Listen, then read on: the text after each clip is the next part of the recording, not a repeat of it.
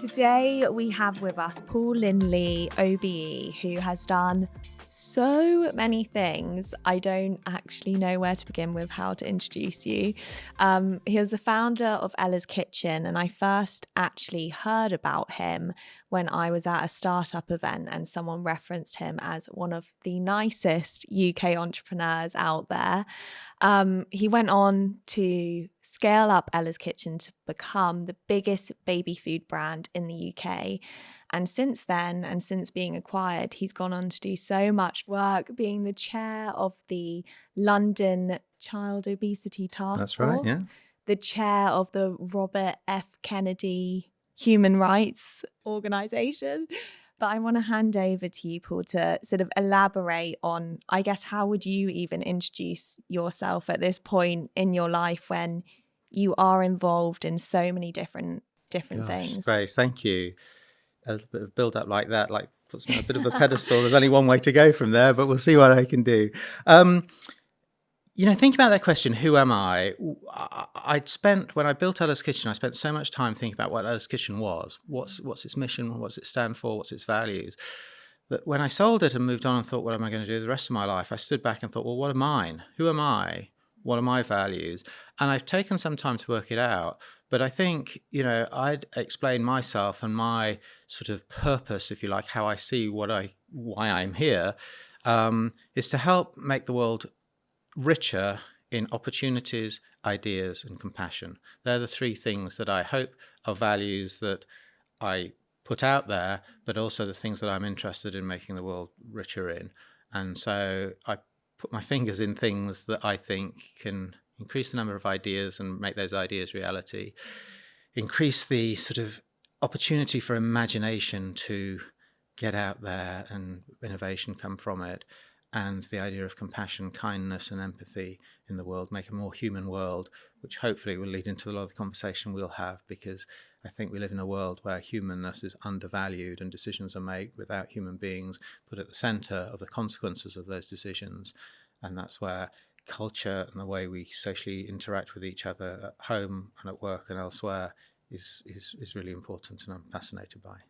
So this is exactly why, ever since I actually even started this podcast, like for me, the aim with every guest is someone who is an example of creating cultural change for the better in their own way. And for me, I feel like you have taken that to such an extreme level in a way. The more that I sort of read and understood about Ella's Kitchen, it really, you get such a sense of the mission being at the heart of it. And the mission was actually about helping children live healthier lives, have healthier relationships with food.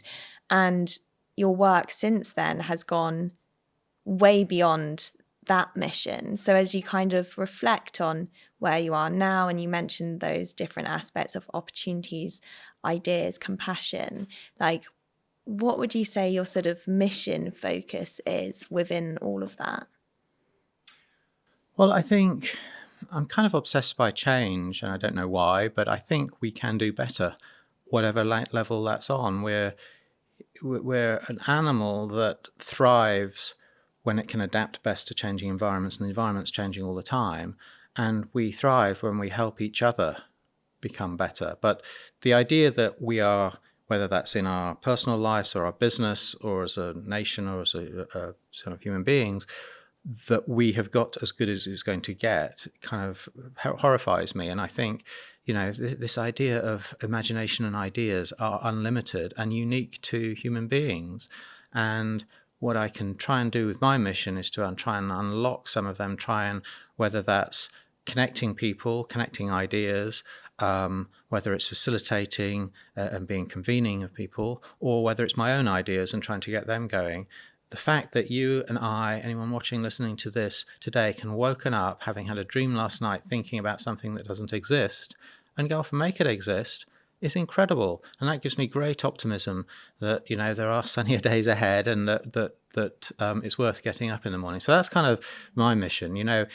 Why did the person who first invented the wheel, was that the first person to think about a wheel? Oh, I had a dream of an idea about this round thing that will make it easy to move things around. what didn't the person who had that first dream or that first thought, what didn't they have that made that a reality? And why did the person who invented it have that? Right up to COVID vaccines or anything that's very modern that we've managed to invent.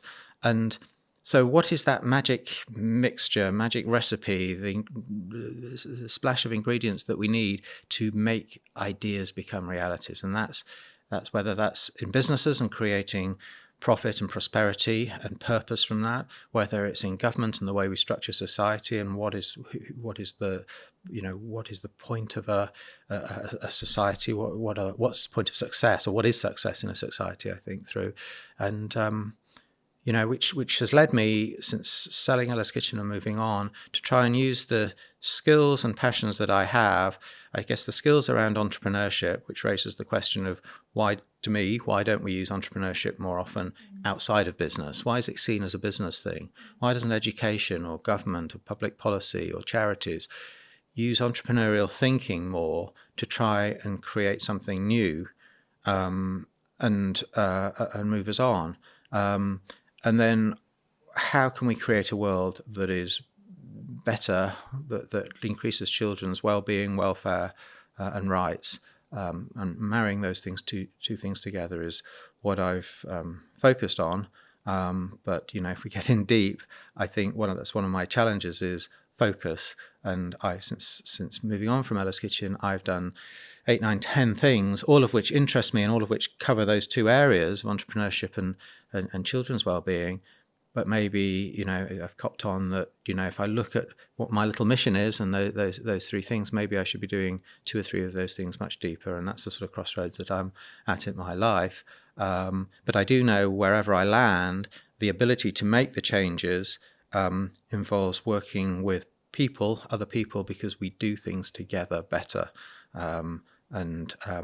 That's where sort of culture and understanding motivations and behaviours comes in, and that's where the magic is of human beings, that we can together do much more than we could do individually. The sum of our parts is much more than the individual adding up of the number of people that we are.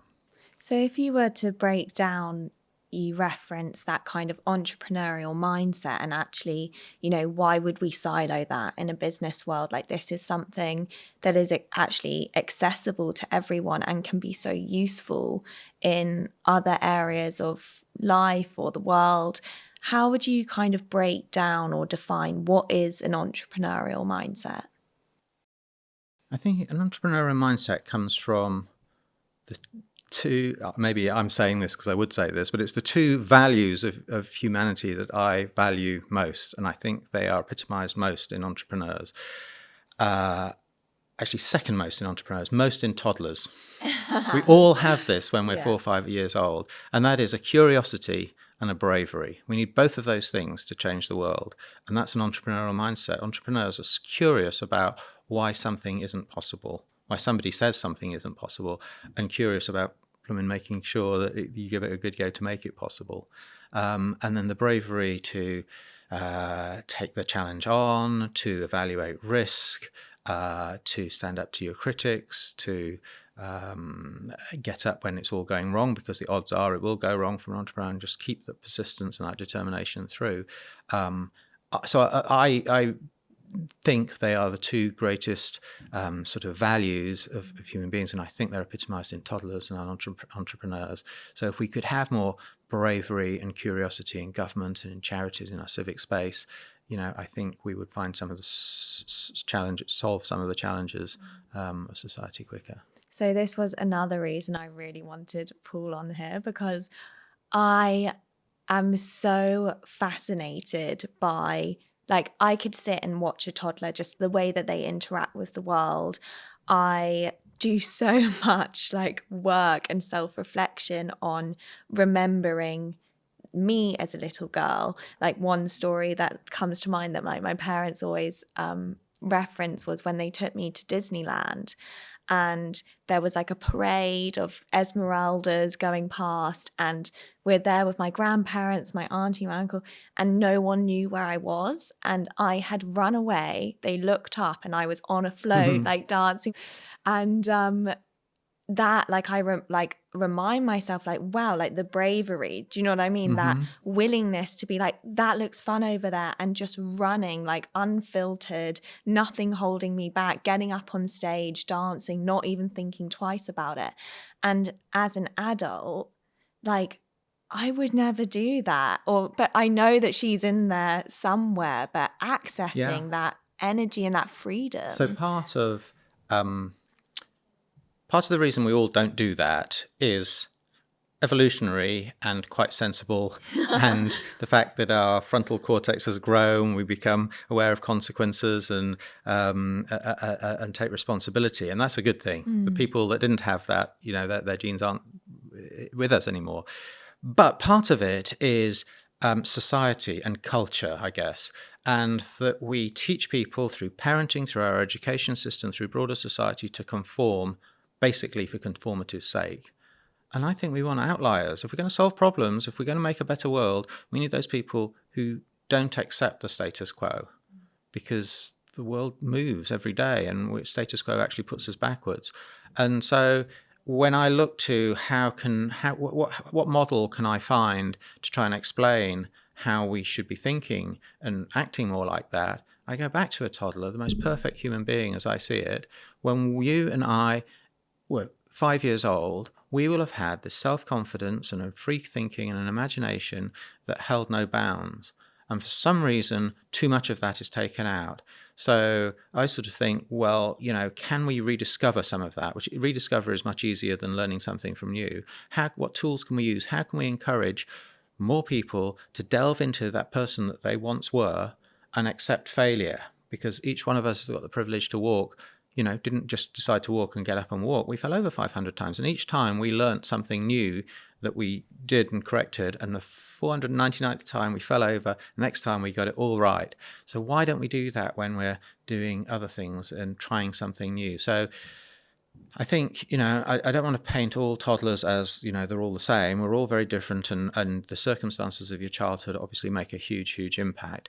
But we are wired to have that curiosity, and we are wired to think divergently and really explore and find things out for ourselves. And that's what we don't do enough as adults. And it feels like a lifetime's work to understand what gets in the way of doing it, and actually reconnecting to that sense of, I guess, our purest selves and the freedom to be our purest selves, not disregarding the wisdom of adulthood and wise action as we know it as an adult, but actually being able to have both of them side by side. One of my roles is I'm the Chancellor of the University of Reading, so I get the privilege of giving out degrees, which is fantastic. Because it's such a happy day for everybody in the room, and there's a sense of achievement, celebrating achievement, but also it's a seminal moment in people's lives, because they're leaving their youth behind or their childhood behind, even though these people are obviously 21, 22 and more, but and they're finding themselves. And one of the things I say in my speech, or when I'm speaking to them, is really, my advice to you is to be you. Don't be the person that all your friends think you are, or don't be exactly like all of your friends or the person your parents want you to be, or be you. And you are unique. You are different set of experiences, a different set of ideas and thoughts than anybody that's ever lived. And there could be something in there that changes the world, or there will be something in there that helps you find your passions, find your tolerances, find your mission, and as you're opening the doors to the rest of your life, use that individual uniqueness that you are to find you, be comfortable and confident in that, be curious about who you are, and be brave enough to be that person. And that is quite hard in a culture where conformity, especially at that age, and perhaps teenage years and a little bit younger, is so important to not stand out. But we've got to have the confidence and to be that unique, special person that each of us has the potential to be. And I really feel your passion as you say that, and it makes me emotional even hearing you say it, because it feels, wow, like it's almost such a shame that everyone doesn't feel that way. And when you speak about it, it comes with such passion that I'm so curious about you. And, you know, are you at a point in your life where you kind of retrospectively have like joined the dots of curiosity and bravery and these things being important? Or is this something that you have felt very in touch with from a young age and it's kind of stayed with you? What has your journey been with those toddler-like qualities? Well, I think there's a little boy still inside my head that still sees, or my eyes, doesn't see me as a 56-year-old man with grey hair and should be getting more conservative according to culture and everything. Yet I'm challenging the world and looking through. I just think that little boy has not come out of my head. He's the person that's still inside me. That's the true me still. And, I'm blessed by that, and I don't know why that is so, but, I have been blessed by, pretty idyllic childhood and very positive memories of that, and great parents who encouraged me to be curious and brave and gave me a set of values and to explore the world. And then I've seen it through my own children, the challenges of growing up and of being your own person and finding yourself. But I've certainly, so I can't speak for, people.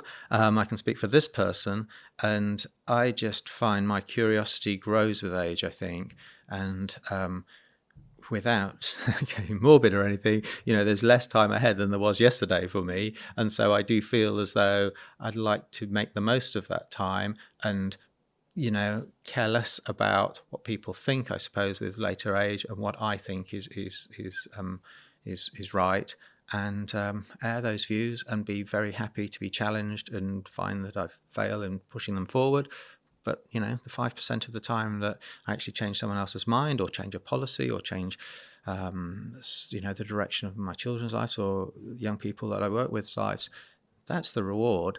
So, maybe it's taken me into my 50s to find that. And I've had, lots of highs, ups and downs through life, as we all have, but try to learn from those and learn from the lows and use it. I think it's I'm in this extraordinary position that I never considered that I would be in, where I founded a company that was being really successful both financially but also respected as a leader in how to do business.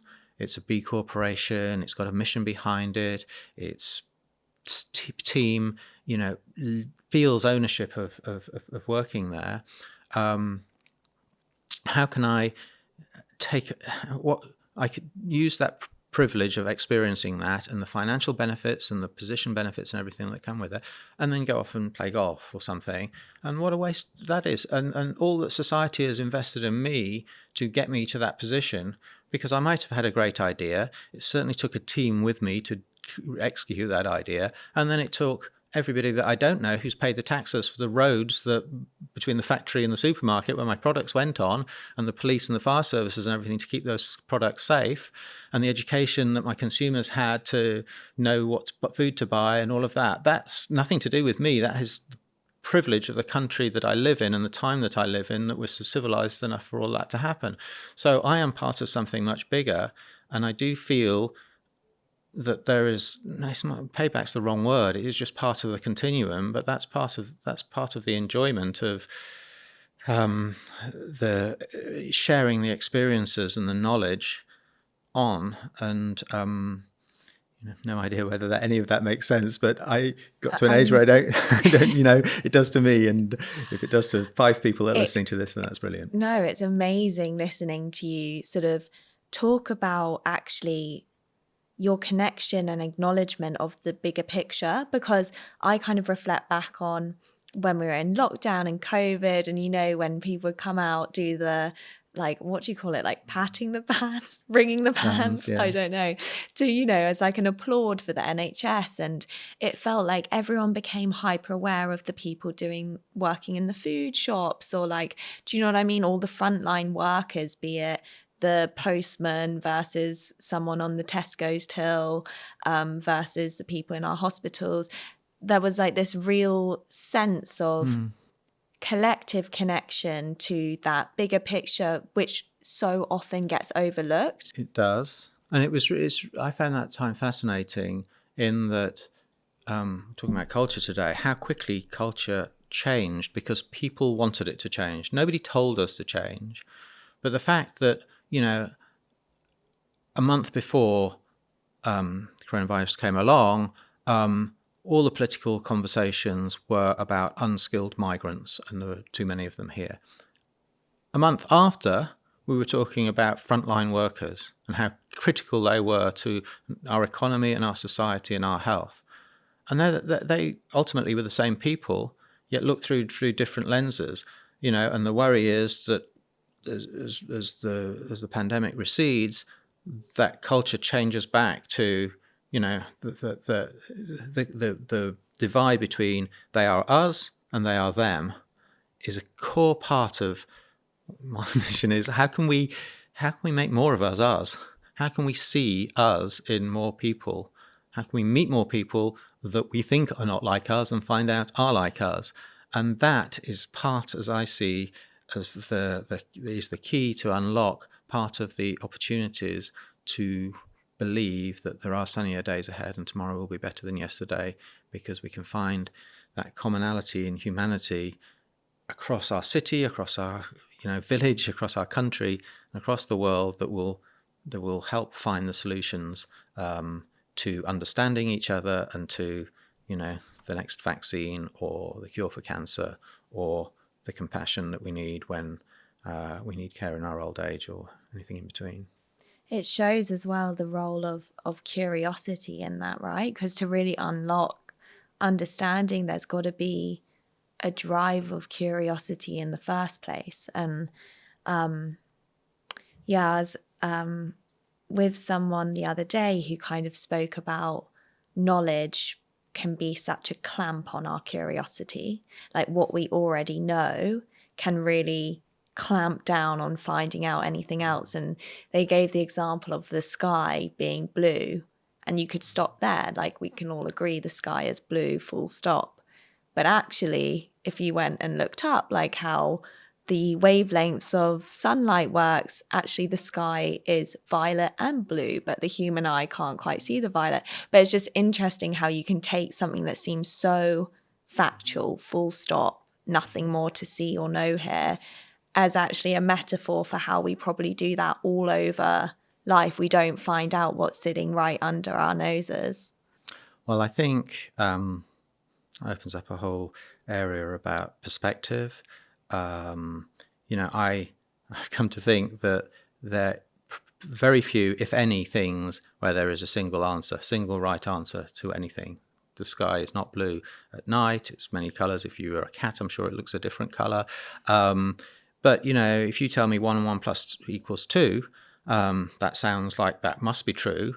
But, 1.3 plus 1.3 rounded to a decimal point is still equal 2, but actually 1.3 plus 1.3 equals 3 if you're going to do it to a decimal place, was 2.6. So, it comes back to, you mentioned at the beginning that I work with Robert F. Kennedy Human Rights. Now, Bobby Kennedy ran for president of the United States in the 1960s, and he is my political hero because he expressed everything in terms of dignity and respect and humanness around politics and around political policy, and really captured a moment. But in that last campaign that he had, he used to quote George Bernard Shaw the whole time, and it's a quote that's really close to my heart, and this idea about perspective and possibilities. Because the quote is that some people see things as they are and ask why. I dream things that never were and ask why not. So it's one part of curiosity to say, I see that as it is, and I wonder why it doesn't change. But it's a whole level different of curiosity to see something that doesn't exist and wonder why it doesn't exist. And that, again, how do we not conform? How do we get so that we're not conforming to only see what exists and wonder how it can change, and not what doesn't exist and wonder why it doesn't? And, that opens up, nothing is impossible from that. Muhammad Ali, another great quote, another great hero of mine, he spoke about nothing being impossible. It's just a small set of words for small people who are too lazy to make change, or haven't got the persistence to force that change. And again, that's where entrepreneurs come from. Most entrepreneurs who've got a unique idea, there is a 5% chance that it will happen, because it's hard, because maybe they have thought about it before, but nobody's done it because it's hard. And by ingenuity and creativity and imagination and hard work and collective work and collaboration, you find the angle and luck, and you change something. So that if more of us could think about what's not before us and wonder why, that opens up a new level of possibilities. On your entrepreneurial journey with that, because and I haven't actually mentioned this yet, but we keep referencing Toddlers. For those of you that are watching, and for those of you listening, Little Wins is Paul's book, which is the huge power of thinking like a toddler, and it walks through your entrepreneurial journey with building Ella's Kitchen. And one of the things that I really love that you reference in it is this idea of the monsters under the bed. And there's so much resilience in what you speak of, like being able to not accept impossible as impossible, but actually persist and make change happen. And that is such an inevitable part of building a business. Like, you're going to have things that might feel seemingly impossible at times that you've got to overcome. And I'd love to know, on your journey with that, like, how you handled those moments where you thought, do you know what, this is actually really, really tough. And I know that you kind of referenced that there was a sort of 18-month period actually from deciding you were going to do this to getting your first big sale and getting into Sainsbury's. And it's often, I find as a solo founder, that it's in the gaps where it can feel the toughest, because you really are reliant on that belief and not the evidence of the outside world saying, yes, this is a great idea, mirroring back to you like you're going to kill it. So yeah, kind of long-winded way of asking you, in your journey, like, how did you handle those monsters under the bed in your own inner experience? Yeah. So this is easier to answer with hindsight, because I'm going to put a lot of logic and, okay, this happened and that happened and that happened. And at the time, I'm sure it was a little more chaotic and a little bit more grasping at straws and things. But the things I've learned from that, and I will go back to say how I felt at the time, but, if there are monsters under the bed, there's only so much that you can do about them. You can contain them, you can keep the distance, you can minimize their impact on you. And so, as you were trying to build a business, there are a million things that are going to go wrong, most of which you've got no control over at all, but you spend endless energy thinking about, worrying about, and trying to control. And the thing I've learned is concentrate on the things that you can control. Many people get obsessed by their competitors. Well, you can't really control anything they're doing. If they're doing what you're doing, they're copying you, and it's going to be veneer thin of what that looks the same, but under the surface, they've got no depth to it. They've got no mission. They've got no values behind it. They don't know what's coming next. They're waiting for you to do what comes next, and they may copy you, and they will be sought through in the end, and they will have a less successful business. So don't worry about them. Keep an eye on them, learn from them, but, spend the worry around the things that you can control. So that was one thing. I think when you're finding solutions to difficult, intractable problems. You talked about the London Child Obesity Task Force that I chaired. Childhood obesity is really complicated and easy to think it is impossible, we're doomed, it's just getting worse and there's nothing we can do about it. And I think from that and from the experiences I had at the beginning with Ella's, the three things that you really need to put in place or to have that can solve impossible problems is, first of all, relationships. You're not going to solve any of this on your own, however brilliant you are. You're going to do it with other people who you have inspired and motivated to want to go on this journey with you and think about the solution to the problem when having a shower, walking their dog, whatever, not just when you're paying them at their desk or there's a professional relationship. So relationships really matter. Second thing is resources also matter, and you can't achieve your entrepreneurial goals without resources, whether that's money or human resources or whatever, but and society problems. So we need to put money or assets or focus resources. But the third thing, which is often overlooked, is recognition. And recognizing those small steps that you take, those little bits of achievements that you make in this long journey. Otherwise, the journey is going to seem 50 miles long all the time. But if you've taken 10 steps, it's 50 miles less 10 steps. If you've taken half a mile, it's now 49 miles, I'd think, not 49.5, round down to make it feel better. But, you're making a progress towards that thing, and you can get towards impossible goals. So there are many things in culture and in society that have changed that over our generation, my generation, the difference between mine and your generation, say, that, would not be, you take for granted in your age group and the way you think about things, that wouldn't have been taken for granted in mine. And we don't really recognize that. I don't know, sexist or racist jokes in public is just a million miles away from what it was in the 70s and 80s. And that's just changed. Now, why has that changed?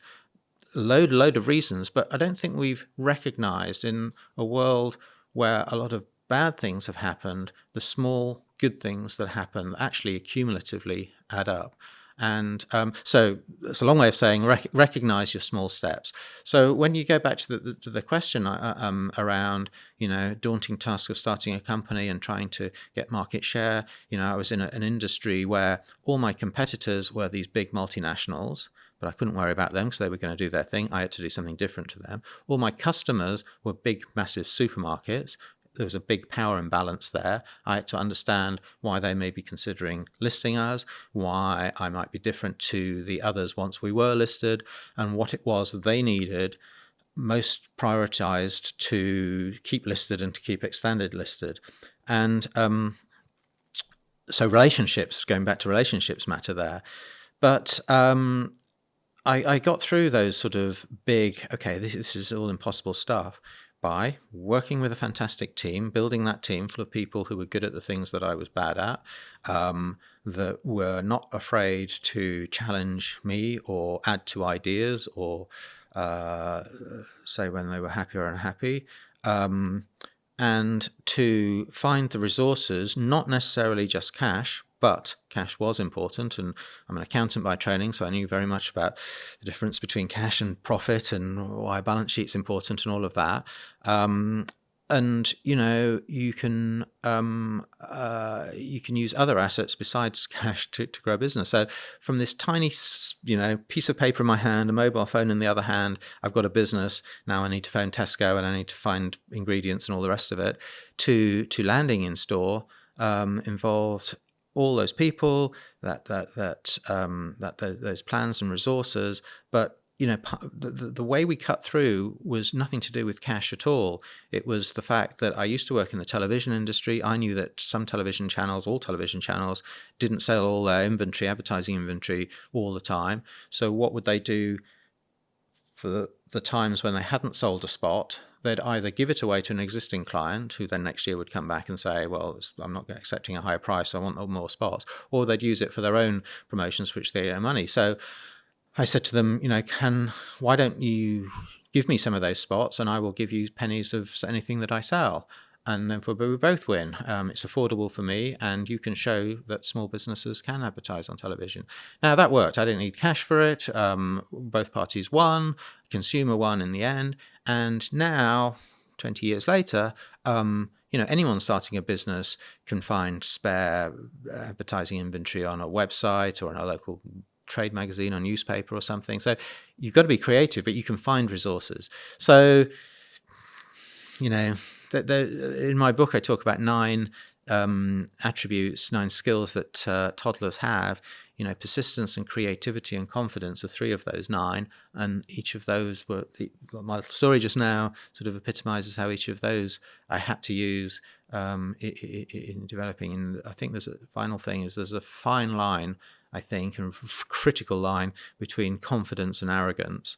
And you have to be confident in yourself as an entrepreneur, perhaps as a human being. If you're not, who is going to be? And why would anybody want to work with you, invest in you, or buy from you if you weren't confident about yourself? But arrogance is a real putter-offer, and arrogant companies or arrogant individuals ultimately do not attract the people who want to be associated with you or work with you over the long term. So that's having the self-awareness to recognize, when you step over that mark of being confident in what you're doing to being arrogant in what you're doing, is one that I've seen people fail to recognize in the past. Yeah, and also I think it's making me smile listening to you say that, because I've got a friend who said when they're pitching in America versus pitching in the UK, it's like vastly different. Like, he thinks he's being the most arrogant person in the world when he's pitching in the US, but he realized like his normal style of how he'd pitch in the UK, when pitching to an American investor, they were like, oh, you don't seem that good. And he's like, oh, I need to really pump up the way I'm that certainly talking plays about to myself. culture and understanding cultural Yeah. differences, but also speaks to doing your research and, not being frankly lazy and saying, this is my pitch. Yeah. And I'm going to go to all these different clients and pitch the same thing. Well, each of those clients is going to take you for a different reason if they take you, or reject you for a different reason. So I was very careful about understanding what the difference is between Tesco, Sainsbury's, Waitrose, Ocado, the rest of them, what their mission was, what they were missing, what their buyer's incentive was, who their buyer was, kind of stage of life, and whether they'd get what I was talking about in terms of personal experience, and sort of really doing everything to get the edge, to make that person sitting with me feel as though I was pitching just to them and a unique pitch, which I was. That's really that's part of the difference between the successful pitchers and entrepreneurs and those that aren't. Well, I really, Paul, that you have such a strong sense of direction and drive, and I'm curious about your journey as a leader and building a team of people. Someone sent me an article the other day, actually, where it was like, if strategy of a business is a big arrow and every single person in the business is like a tiny arrow within that, and you might have all the arrows pointing in the direction you want to go in, or they might all be in every other direction, kind of what we're just saying with, perspectives. Like, one objective thing may have many, many, many different views of it, and how you actually, an individual with a really strong sense of direction, how you managed to sort of build a team that were all moving together in that direction. Well, I think I thought this starting. I certainly think I know this now, having the experience that I've got. My way that I look at life is it's all about people. It's all about understanding, putting yourself in other people's shoes, understanding why they're making their decisions, understanding how we can help each other. Right. When you think about business, it doesn't on the face of it feel like that. You go to business school and you do lots of maths and you do lots of Excel sheets and you do strategize and everything. But ultimately, it's about people. It's about trying to understand how you can change the behavior of people. And therefore, I think that sort of psychology beats economics in business. If you understand how people are going to behave, or you can nudge them, if that's the right word, into changing their behavior to buy your product or work for you or work that extra shift or invest that extra dollar, then that is so valuable. And then I also think that culture ultimately trumps strategy. Both are important, but you can have the greatest strategy in the world. If the culture is toxic, it's not going to go anywhere.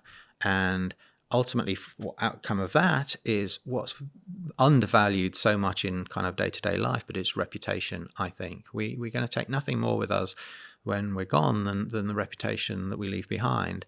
And, reputation brings trust, it brings inspiration and belief, and that's what true leaders have. Because ultimately, the way I looked at it, leadership is really important. You've got to see the big picture. You've got to communicate that picture. You've got to inspire people and make people feel the ownership that you have and the passion that you have to get the ultimate thing done.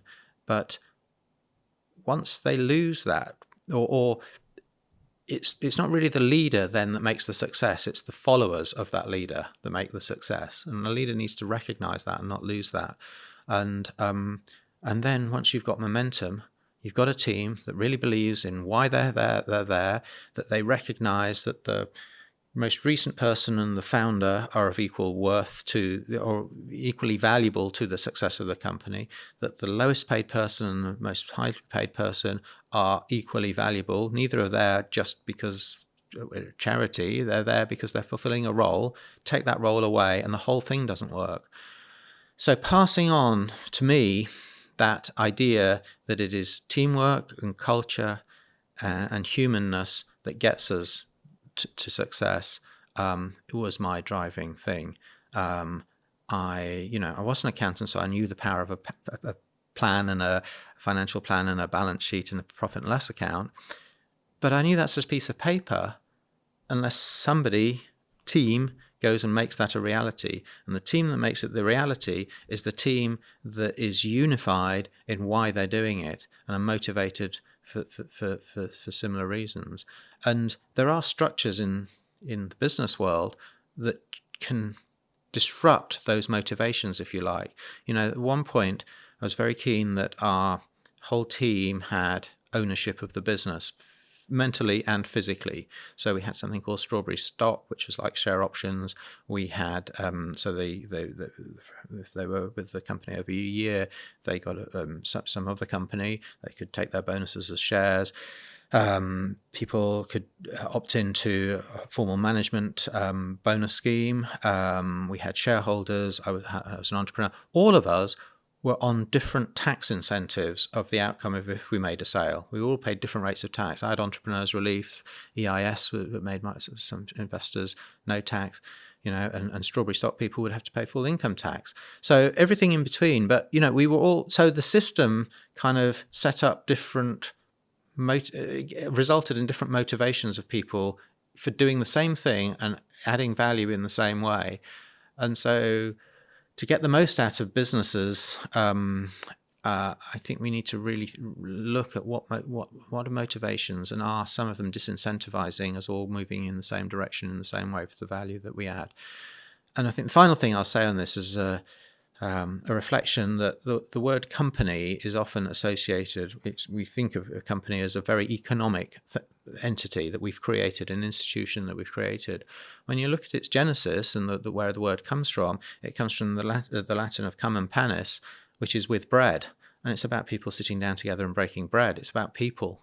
It's about me and you coming down, having a cup of tea and a slice of bread and saying we're both interested in the same thing. We've both got the same appetite for risk. We've both got the same sense of curiosity and bravery that we want to do something together, and we start a company with a goal to develop whatever we're trying to develop, and we will get the most success from that if we get the other people on board that will have the same feeling as when we broke bread.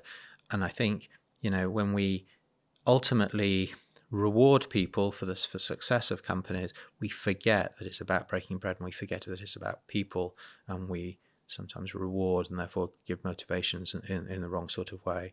So the very, very heart of it, a company is nothing more than the people that are there. They may be automated people in the future and now, there may be AI involved in all of that, but ultimately that's people, because people have created those robots and those machines and that AI. And ultimately, whether it's B2B business that's corporate selling to corporate, it's people selling to people, and those deals will work best when two people understand each other. So I've kind of gone a long-winded way of saying, the best businesses are those that value and recognize and reward people so that they're motivated to their behavior to be aligned and to deliver a mission. And that's sort of thought about that at the very beginning of Ella's Kitchen story. And that's one of those things that gave me confidence as we had dark days and everything went wrong, to think, well, this is why I started the business. This is what we can do together. And we did find success. I love how you sort of talk about the role of the company there in terms of creating an environment and even creating policies that support that notion of team cohesion, support the reality of our humanness and how we are motivated by different things. But, you're really providing an environment for those people to thrive in. And like something behind like the whole design of Cultural Calculator is this equation that a psychologist came up with, which is P plus E equals behavior. The person plus their environment equals what their behavior will be. And actually the role of a company in creating that environment that's going to support that person have behaviors that lead to a better outcome for them, for the team, for the business, and you know, the way you speak, I can really hear that you've done something amazing at the intersection there between those two places. Well, I think my biggest learning on that was with my work with child obesity in London, because 2 or 3 things, snapshots from that. One is very quickly realize that actually the experts in this were not really, the academics or the pediatricians or the public health experts and that. They obviously got expertise. The real experts are the people with the lived experience of living day to day in an environment where there isn't a supermarket for 2 miles, there isn't a working kitchen at home, and you're on an unsecured tenancy, and you've got 3 jobs because none of them will pay enough for you to be at home with your kids in the evening, and your kids have got different food preferences, and you've not got enough money, so you're going to give them whatever food. So there's endless sort of reasons which all the other experts will have an expertise in one of those areas, but you've got a person there who's telling you they don't go out to have children that will live with obesity. It's a consequence of the environment that they're living in. So lived experience of an environment can't be underestimated. And for people with businesses, we're talking about entrepreneurship, it's talk to your customers all the time, understand their lives, not just the bit of their life where they buy your product or service, understand their whole lives and why it fits in and they think that it improves their lives. So matched with the environment and the macro stuff that we need to change environments if we are going to solve problems, go back to obesity. I know there is a correlation and a connection, but, obesity with children has gone up on a third since 2010, and the number of fast food restaurants has gone up by just over a third in that same period. They correlated. We could do something about the macro environment by putting some restrictions or planning on where those restaurants could be and how they could be advertised. But with environment, your P in your equation goes back to my point around understanding motivations and behaviors and how do we help people change their behavior. If the environment doesn't give you options, you're not going to be able to take options or make choices. If there is no healthy food anywhere within 2 miles of your home, no matter what your education or your wealth is, you're not going to be able to find it. So being able to change behaviors where the delivery platform type companies can come to you, or there's free public transport that you can get there, or you can group on kind of buy together, or there's all sorts of ways that we can help change that environment that nudges personal behavior. But slightly different model that I've used is called COMBI, which is capabilities, opportunities and motivations equals behavior change. But that's the behavior part. Then there's the environment, the macro environment that we need to change.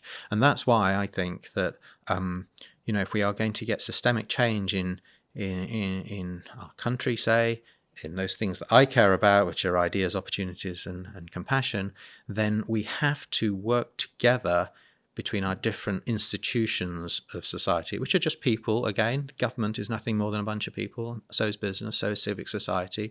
But it takes a government to set the macro policies around there's no smoking in public places. And it takes us as individuals and a movement of individuals to say it's not acceptable for somebody to smoke in my home, and I'm going to say something about it.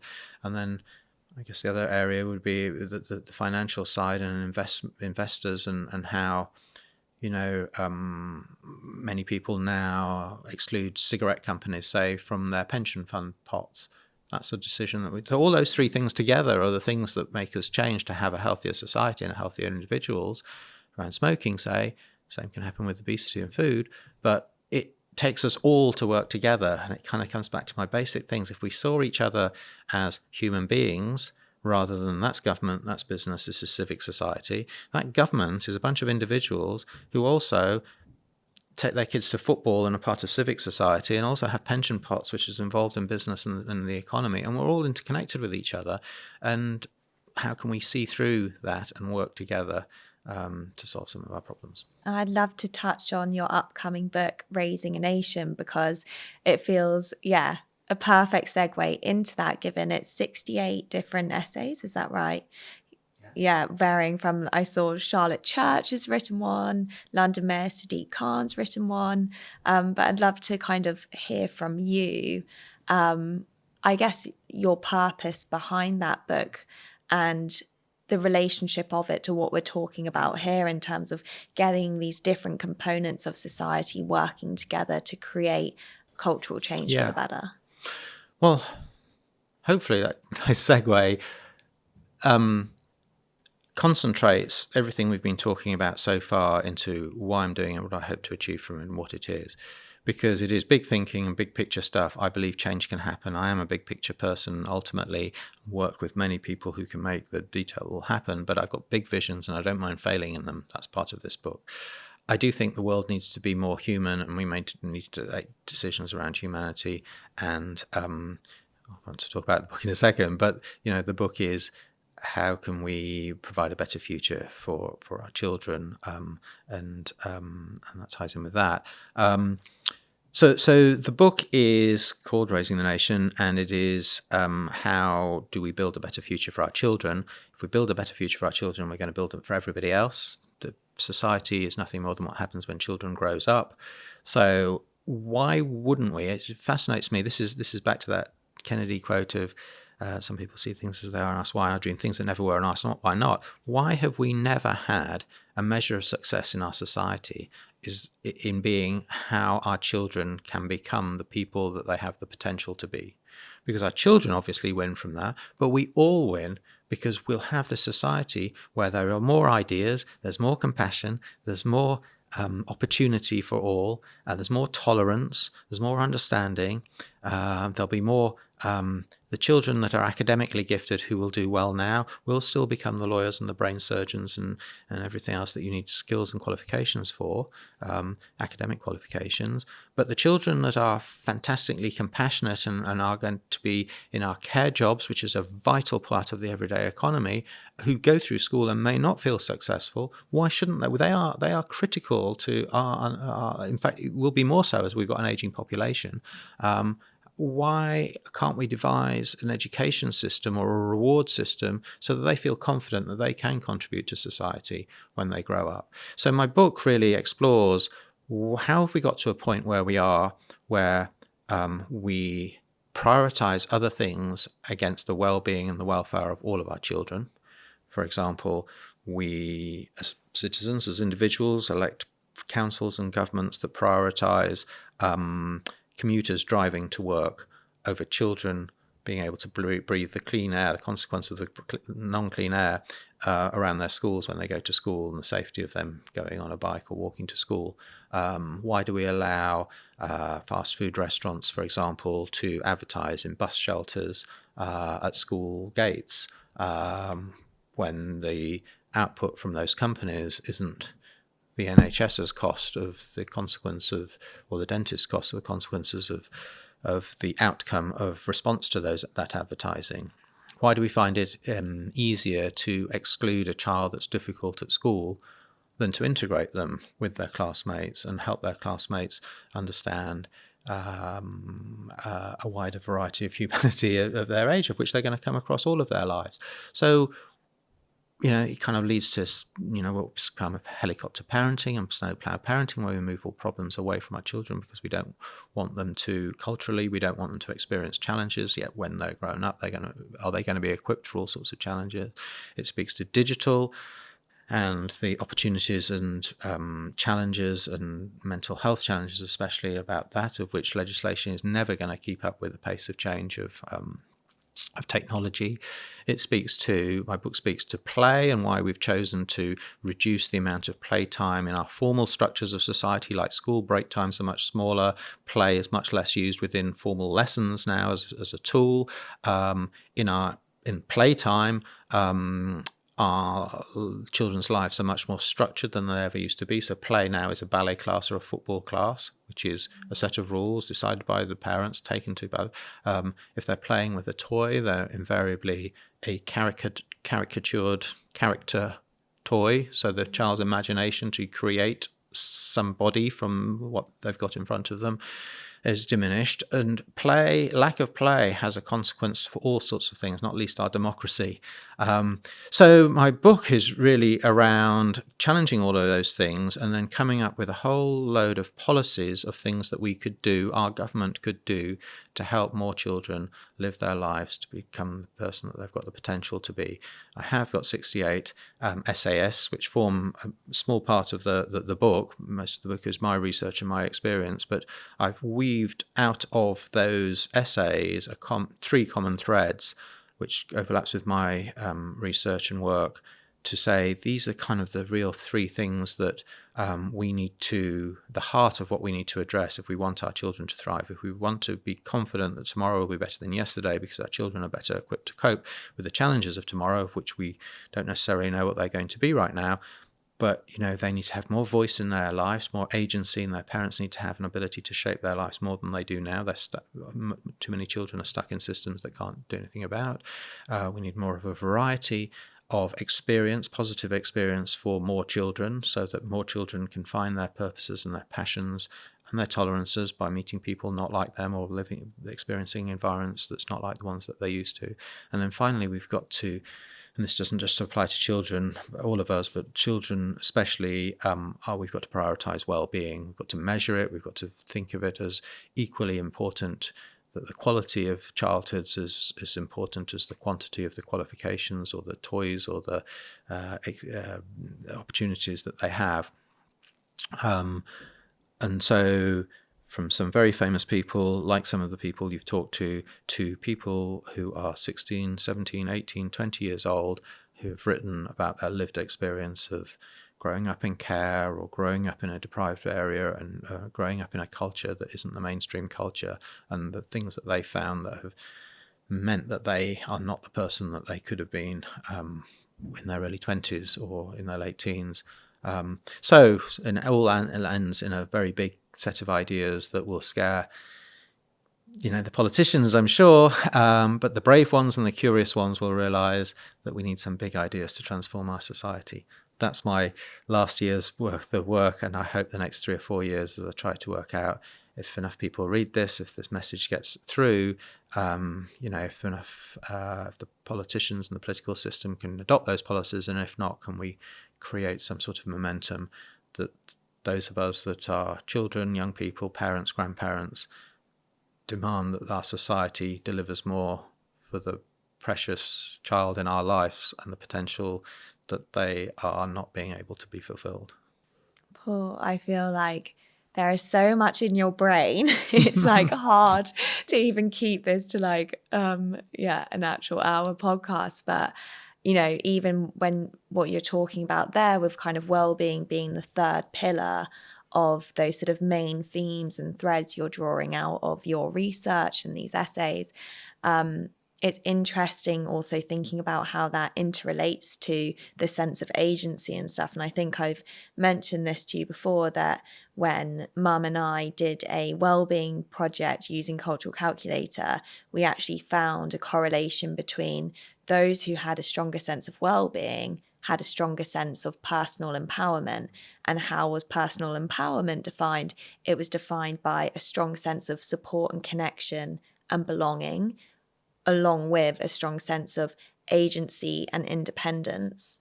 And actually the combination of having a voice, knowing you have a voice, having that sense of agency and direction, when you combine that with, I feel a sense of belonging, I feel connected, I feel supported, that creates an overall sense of empowerment. It gives people the platform to be brave, to be curious, and ultimately have a stronger sense of well-being as a result, because you make the decisions that are right for you and true for you. Yeah, I believe in all of that. And as you were saying that, I was reflecting on, it's not really an analogy, but it's a little bit off exactly what you're saying, but I think it represents this. And this is looking at longevity and the places around the world where people live longest. They're called blue zones. There's about 5 around the world. Yeah. They're generally in Mediterranean type climates. Sardinia. But Sardinia is one of them. And but there's 5, 6, 7 different reasons they say about why these people do live longer. But 3 of them are something about exactly what you've just talked about. One of them is, as people age, they still have a purpose to getting up every day. It may be to feed the chickens, it may be to go and see their mate and have a espresso in the cafe, but there's a purpose to getting up. We've got to keep that and make sure that more people have that purpose from whatever age they are. The second thing is that they take, effectively, there's a religious aspect to it, in the fact that they take a day off a week to do something different than they're doing in the rest of the week. So in Christian countries, it will be a Sunday. In other countries, it may be a Friday, Saturday. And that sort of opportunity to reset, to slow down, to do something different, to do something perhaps with family is important. And the third thing is family and a connected community. So they do meet people, they're not isolated, they meet people of their own age, and that's self-fulfilling in a way because more older people live longer, but their families are connected, whether physically or emotionally and remotely or digitally, but they are connected to people. So, we are a social species, so having something to purpose, something to do, being with people and having time to take time out, they're all part of that blue zone stuff, which will speak to your cultural calculator. And that, if that's success in old age, it's also success in mid-age, in working age, and in childhood. So this leads nicely on to the final 3 questions we end every episode with. So the first one being, what do you think makes a great culture? Well, I will opt for the easier answer in saying it's one that prioritizes curiosity and bravery. And I think that means where people feel a sense of belonging, feel a sense of purpose, and feel appropriately pressurized or not to toxic level of stress, a sort of copable level of stress. I think stress is important so getting that right doesn't just happen, it actively happens. And I think that's part of the leadership of companies to help facilitate that culture where people can feel like that. They can be brave and call things out that they don't like, they just want to challenge, and they can be curious about where things can go, but they feel part of others, part of a bigger thing than just themselves.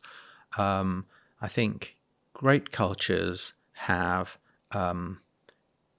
or you measure great cultures by a sense of what autonomy there is there for people to do their jobs by themselves without direction or without being directional, and are prepared to take the responsibility to make their own mistakes. And so that's important to human beings. I think there's a sense of mastery that the culture of the company allows us to get better at things and try new things, but find mastery in things, and then gives us a sense of connectedness that we are part of something bigger, whether that's in a mission of the company or just friendships and community of our colleagues and friends at work. And to flip that on its head, what do you think makes a toxic culture? Well, without saying, just the opposite of those things. I think you sense a toxic culture.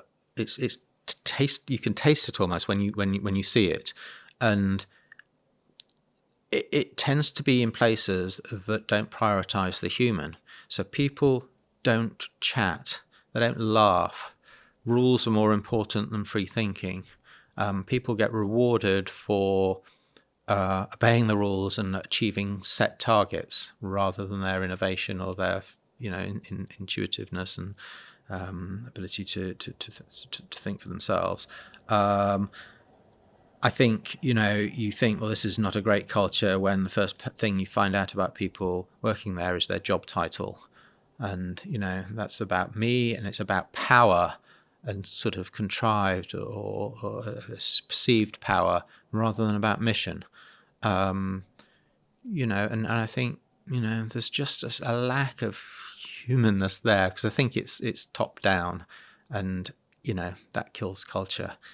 Culture cannot be imposed by, a chief executive or a board saying, well, this is our culture. It comes from the bottom up. And the scene, the environment, your P&E, the environment can be set by the leaders, and they can facilitate the establishment of a culture, the petri dish, if you like. But that culture's got to grow itself. And you can partially control that as a leader because you control ultimately the people you employ.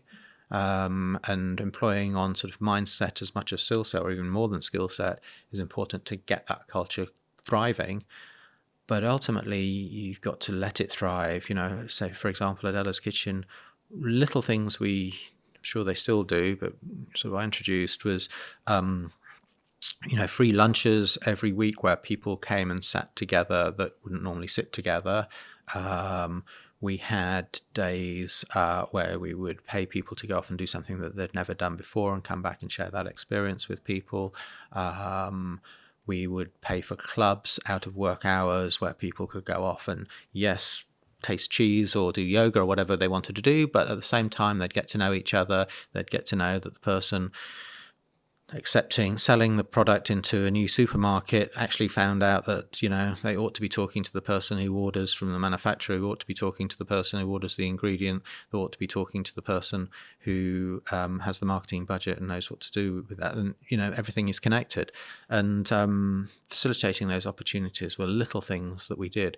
And then the final thing on this, I'd say about I guess it's about a great culture, but it's obviously missing from a toxic culture, is that bravery that I talked about, and lack of bravery, and people will be set impossible tasks, know they're impossible, shrug and go off and just complain to the outside of work of that it's impossible and it's a stupid task, a stupid goal. But they won't say anything. They won't be brave enough because it's been knocked out of them, or they know it's not even worthwhile. And at Toddlers we used to have a bravery card that, like a playing card that people could play once a year effectively and say, this is my bravery card. This is the one thing this year that you've got to listen to me about, because it's so important. And so finding little ways of helping a culture grow from the bottom are those sort of environmental enabling things that we try to do. And I think the best companies are those that create great culture. So finally, with everything you've done, both, I guess, for society, in business, leading teams, but also, now dipping into the world of political policy even, what is the ultimate tip you could offer for creating cultural change for the better? I suppose it is listening. I'd boil it down to one word: listen to as many people as possible and facilitate the opportunities for people to listen to each other as much as possible. Talking is great, but, me talking now, I'm not learning anything new. I'm sharing, which is great, and hopefully there are some people listening to this. But, listening, you learn. So talk half as much as you listen and learn. And so, that's one part of it. And then have mechanisms where you can take that learning and act upon it. And they'd be the two simple things I would say that is a tip to start somebody thinking, I want to try and improve my culture. Listen to everybody in your organization and outside of it, and help them lead what they think needs change, because then they'll feel some of the ownership and responsibility for it, but you're giving them the autonomy to do it. Well, Paul, thank you so much for fitting us in today into, I know, probably a very busy schedule of many things. And you really, really are such an inspiration. Your attitude, your outlook, your drive in life to make things better, I think is something a lot of us can take a lot from. So that's very thank kind. you for being here. Thank you.